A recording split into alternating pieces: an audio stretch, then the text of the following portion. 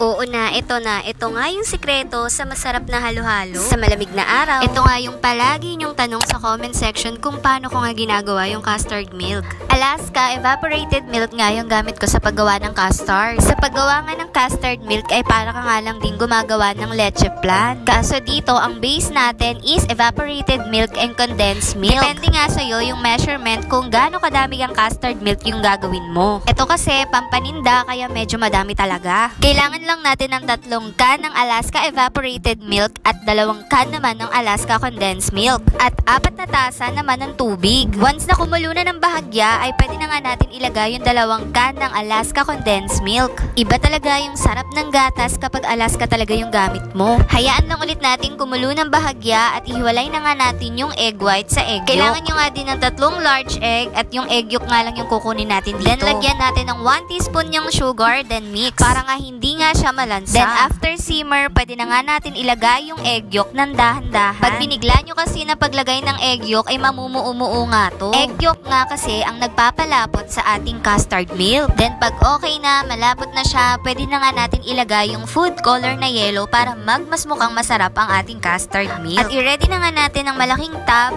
at salaan para masala nga yung mga namuong gatas para wala kang namumuumuo. And yan na, meron na nga tayong masarap na custard milk. Talagang pipilahan kayo ng mga customer nyo kapag ginawa nyo din. Si ate, tiga friends pa. Pinaro po kita eh.